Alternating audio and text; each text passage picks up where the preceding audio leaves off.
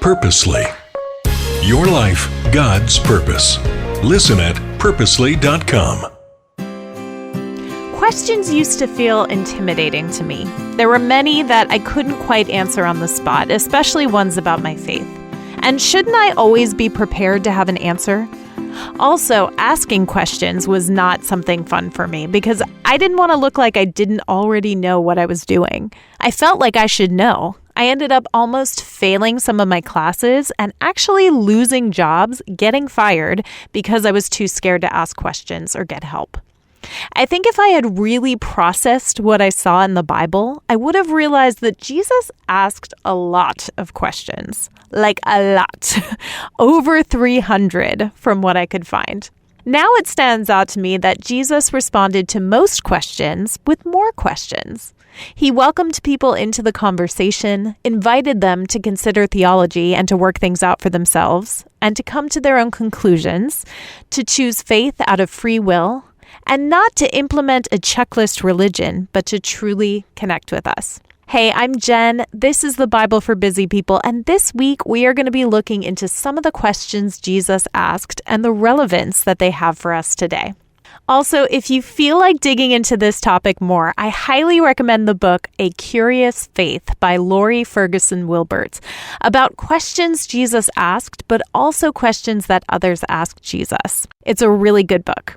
Today we're starting in Matthew 16, starting in verse 13. It says, "When Jesus came to the region of Caesarea Philippi, he asked his disciples, 'Who do people say the Son of Man is?' They replied, 'Some say John the Baptist, others say Elijah, and still others Jeremiah, or one of the prophets.' 'But what about you?' he asked. 'Who do you say I am?'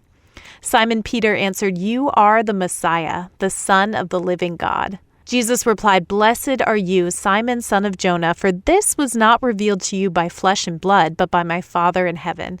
And I tell you that you are Peter, and on this rock I will build my church, and the gates of Hades will not overcome it.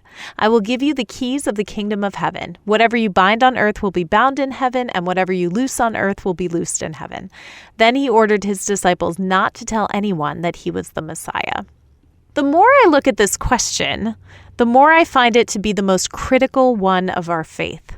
Who do you say Jesus is? If Jesus is the exact representation of God, which it says in Hebrews 1 verse 3, who do you say God is? Last week, we talked about the parable of the talents, a story Jesus told where there are 3 servants who are entrusted by their master with certain amounts of money.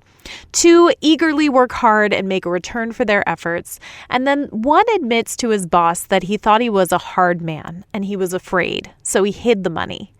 All 3 served the same master, but 2 saw him completely differently than the other. If I were to see a boss leave money with trusted people in his employ and then invite them to share in the celebration at the end, I would say he must be an unusually generous boss. How we see God and Jesus matters. It affects how we live and how we treat others. If our God is compassionate and gracious, slow to anger, and abounding in love and faithfulness, that will look different than if we view God as a disappointed, or worse, angry boss. But here's another angle. What if God is inviting us to ask him the same question? Who do you say I am? God, what do you say about me? What lies do I believe about myself? And what is the truth that counters them? God says you are loved, that he longs to be gracious to you in Isaiah 30, that you are God's handiwork in Ephesians 2, and so much more. There's another similar story where someone declares Jesus as the Messiah. It's in John chapter 11. In verse 17, it says, "On his arrival, Jesus found that Lazarus had already been in the tomb for 4 days. Lazarus is a dear friend, and he's the brother to Martha and Mary. Now, Bethany was less than 2 miles from Jerusalem, and many Jews had come to Martha and Mary to comfort them in the loss of their brother. When Martha heard that Jesus was coming, she went out to meet him, but Mary stayed at home.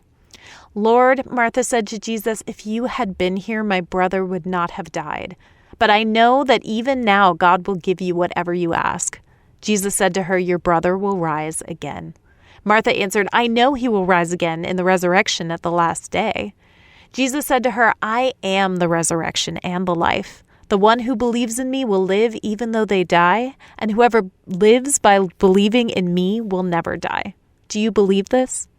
"Yes, Lord," she replied. "I believe that you are the Messiah, the Son of God who is to come into the world." Martha, in the middle of a devastating loss, was able to see Jesus as the Messiah, although she maybe didn't quite grasp all that he had the power to do. Jesus asked her, "Do you believe?" And that's my question for you today. Do you believe who Jesus is? Who do you say Jesus is? And then can you ask God the same question? Who do you say I am?